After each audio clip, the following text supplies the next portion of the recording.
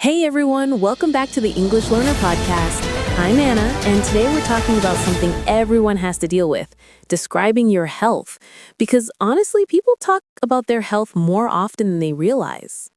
And I'm Tom, and yeah, describing your health is such a big part of everyday life.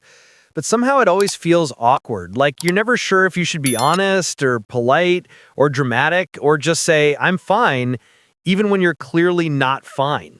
Exactly. People say, I'm fine, when they look like they've been hit by a tornado, sneezing, coughing, and dragging their feet. And the funny thing is, we all do it. Even when we're sick, tired, stressed, or coughing like a broken engine, someone asks, How are you? And we answer, Good. It's automatic. It's like a reflex, like blinking or checking your phone every 5 minutes. Meanwhile, your nose is red, your voice is gone, and your eyes are watering like you're watching the saddest movie of your life, while secretly wanting to crawl under a blanket. I hate when I have a cold and my voice gets lower and people say, Whoa, you sound different. Like I didn't notice I sound like Darth Vader? Yes, and they always say it like it's new information, like they just discovered a new species. Like I haven't noticed that I sound like a dying robot. And then you have to explain the whole story. Yeah, I'm a bit sick, my throat hurts, my nose is blocked, I barely slept, and my head feels like a bowling ball. And suddenly you feel like you're giving a medical report. And sometimes you don't want to share every detail. You just want to say, I'm a mess today, okay? Just leave me alone. But instead you say, just a small cold, even though your brain is screaming, I'm dying inside, send help. Or when you're tired but don't want to admit it, so you say, just a bit sleepy, even though you slept like 3 hours, dreamed about deadlines, and woke up with a pillow-shaped face mark. Exactly. People love saying a bit. A bit sick, a bit tired, a bit dizzy, a bit stressed, a bit like everything is falling apart. A bit dying. Yes. Honestly, yes. Another funny thing is when someone asks how your health is, and suddenly you become a doctor giving them a full diagnosis without even meaning to. Oh, absolutely. You start explaining everything. Well, my stomach feels uncomfortable. My head is heavy. My energy is low. I didn't drink enough water. I maybe ate too fast. Maybe too much sugar. Maybe the weather changed. Maybe my aura is off. And the other person just stands there like, okay, I wasn't expecting all that. I just asked how you were. And sometimes the opposite happens. You ask someone, Are you sick? And they answer with the shortest, yeah, in the world, but they look like they need immediate medical attention, like, call an ambulance right now. And when you ask, do you need anything? They always say, no, it's okay. While you know they definitely need everything, starting with soup, a blanket, and emotional support. People also love describing pain in the funniest ways. Like, my head feels heavy, Or, my stomach is singing. or my body feels empty. Or, my legs are weak like noodles. That one is my favorite because you always act like you might collapse at any second. Actually, your descriptions are always dramatic too, Anna. Because I suffer dramatically, Tom. If my throat hurts, I act like I might never speak again. If your nose is blocked, you complain every 10 seconds like it's a national emergency. Because I can't breathe properly. It's tragic. And if you're tired, you look like a sad cartoon character with droopy eyes and slouching shoulders. I like expressing my emotions. Expressing, you perform them. True. Talking about health with family is different, though. Oh, yes. Families are either super chill or super dramatic. My family is the chill type. I'll say, I feel sick, and they just nod and continue watching TV.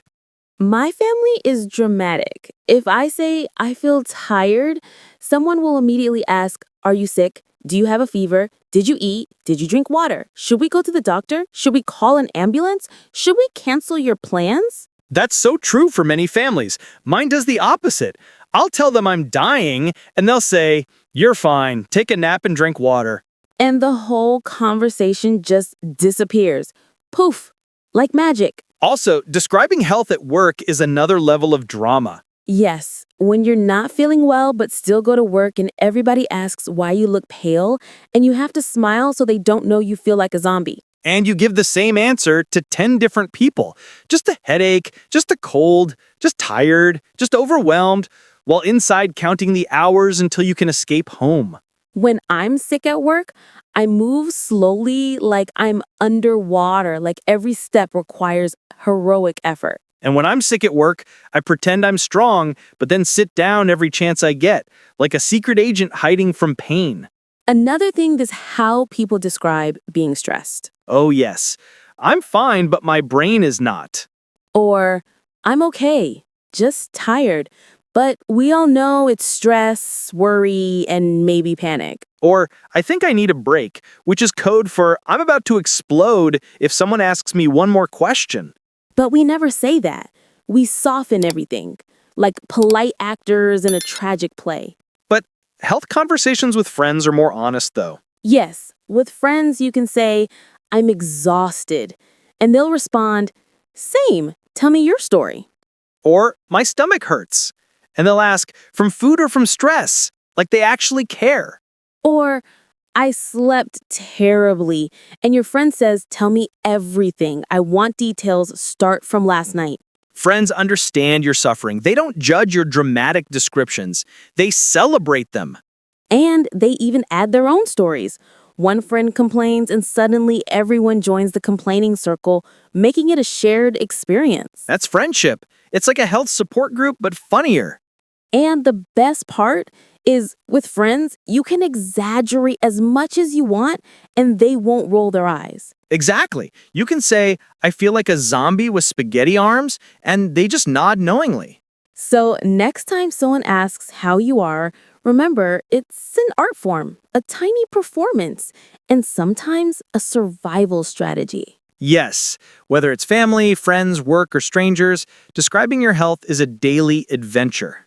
And we hope you enjoy it, laugh a little, and maybe be honest for once, just a little. So Tom, after talking about all these symptoms, I started thinking about how people react differently when they don't feel well. Some people keep it to themselves, and others talk about it nonstop. Oh, I'm definitely in the talk about it nonstop group. If I feel even 1% off, I immediately announce it to everyone around me, like I'm a human weather report for sickness. Yes, you do. You send messages like, Anna, I think my body is collapsing, when you only have a small headache. I have a very dramatic soul, but actually, I think talking helps me understand the problem.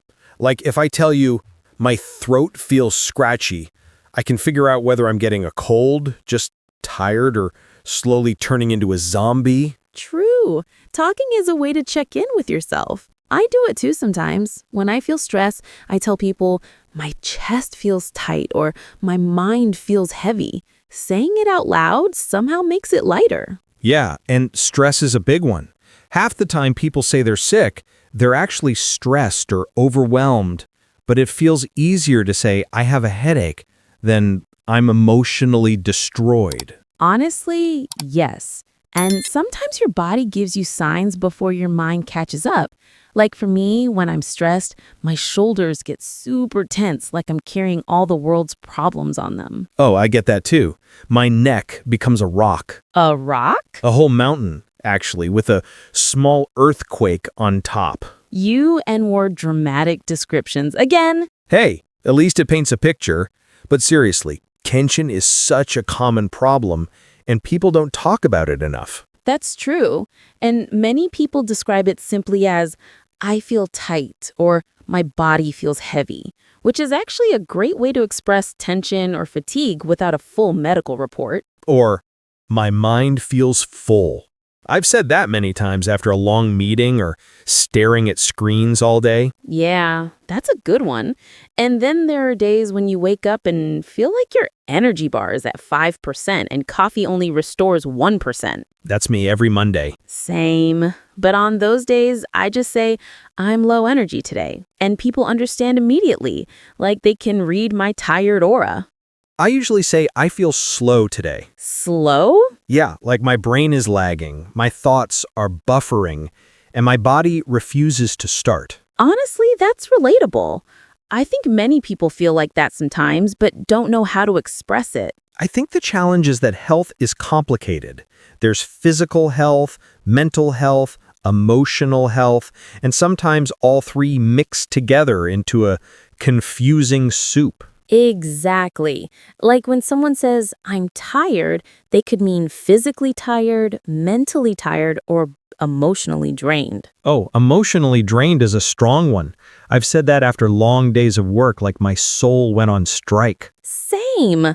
Sometimes you're not sick, but you feel empty, like all the energy and joy left the building. Yes, like your battery is dead, even if nothing is physically wrong, and the charger is missing. And it's helpful to say things like, I feel overwhelmed, or I feel stressed, or I feel out of balance. Out of balance, that's a nice phrase.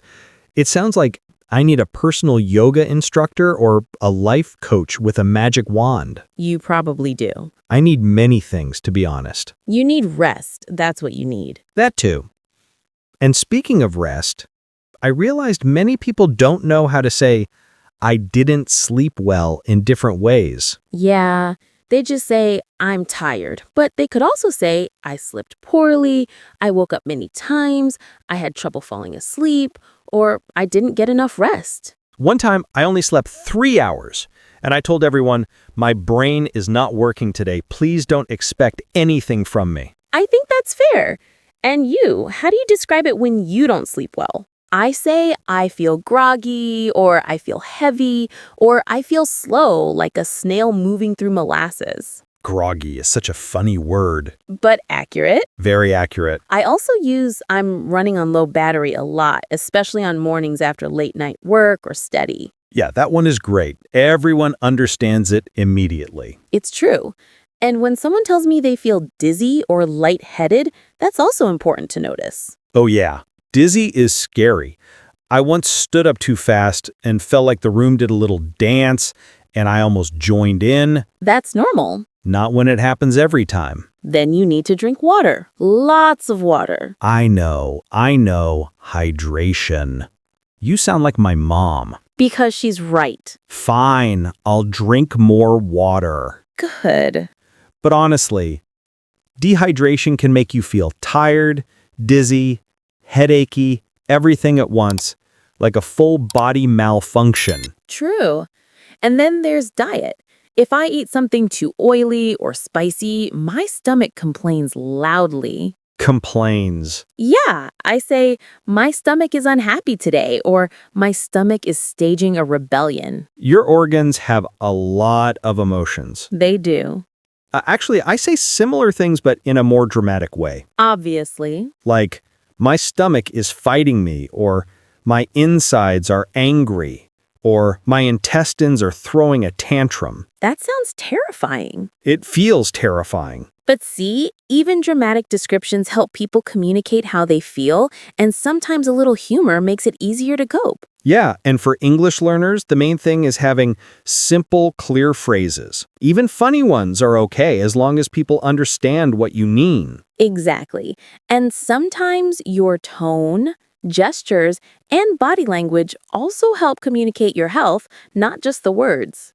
Oh yeah, like when someone says, I'm fine, but they look like a tired zombie shuffling and dragging their arms. That's me every exam week. Same. And then there's the classic phrase everyone uses, I don't feel well. The universal code for please help me, but I don't want to explain everything. Yes, and it works in almost every situation. But still, knowing the exact words helps you take care of yourself better, notice patterns, and maybe even get help sooner. Definitely. And sometimes the more dramatic, the better, because it helps people really understand what's happening. And then, of course, there's describing pain, which can be tricky. Like sometimes it's sharp, sometimes dull, sometimes constant, sometimes coming and going. Oh yes, I always struggle with that. I'll say, it hurts here, but that doesn't really explain anything. Exactly. So you can add words like sharp, burning, aching, stabbing, or even throbbing to be more precise. Throbbing is dramatic. I like that one. You're always dramatic. True, but it helps communicate exactly how I feel. And it's the same with other symptoms like nausea. People just say, I feel sick, but you can say, I feel nauseous, I feel queasy, or my stomach is upset. Yeah, and sometimes describing the symptom helps the doctor or friend understand what to do. Right. And when it comes to mental health, saying, I feel anxious, I feel stressed, I feel overwhelmed, or even I feel sad is important. Absolutely. Acknowledging mental health is just as important as physical health. And it's okay to use simple phrases. Even, I'm not feeling well today works perfectly. Or, I feel a bit off. That one's great for casual conversations. Sometimes I just say, I need to rest, and people understand immediately. That's my favorite phrase. Sometimes all you need is rest, and saying it out loud makes it feel more real. And you don't have to explain everything in detail. Just saying, I need some rest is enough. True. And when someone asks how I'm feeling, I can answer simply, I'm okay, just tired, or I'm feeling a little under the weather. Those phrases are really versatile. And they work in any situation, work, school, travel, anywhere. Yes, and the more we practice these phrases, the easier it becomes to express ourselves clearly. That's the whole point. Learning how to describe your health helps you communicate and get help when needed. And it also helps others understand what's happening without having to guess. Right. And once you're confident with these phrases, you can also use them in different situations, like talking to a friend, a doctor, or even writing a message. Exactly. It's about building confidence and being clear. And let's be honest, sometimes being clear about how you feel is a relief in itself. Absolutely. You feel lighter, less stressed, and people can help you better. And for all our listeners, this is exactly why we do these conversations, so you can learn practical phrases and feel more confident in real life. Yes, we hope you're picking up some useful expressions today, and we really encourage you to practice describing how you feel in English. And if you enjoyed this episode and found it helpful, please support us by subscribing to the podcast. And don't forget to share this episode with friends who are learning English or anyone who might need a little help expressing how they feel. Yes, every time you subscribe, share, or leave a comment, it helps our podcast reach more learners and keeps us motivated to create more content. Speaking of comments, we'd love to hear from you. Tell us about how you describe your health, funny experiences trying to explain how you feel, or any useful phrases you've learned. Your stories really make this community feel alive and connected, and we enjoy reading every single one. Thank you so much for being here with us today and for taking part in our English learning journey. Remember, describing your health clearly is a skill that takes practice, and it's okay if you don't get it perfect at first. Absolutely. Be patient with yourself, use the phrases we talked about, and soon it will become natural. And that's it for today's episode. Don't forget to subscribe, share, and leave a comment so we can keep growing this amazing community. Thanks again for listening, everyone, and we'll see you next time for more fun, useful conversations.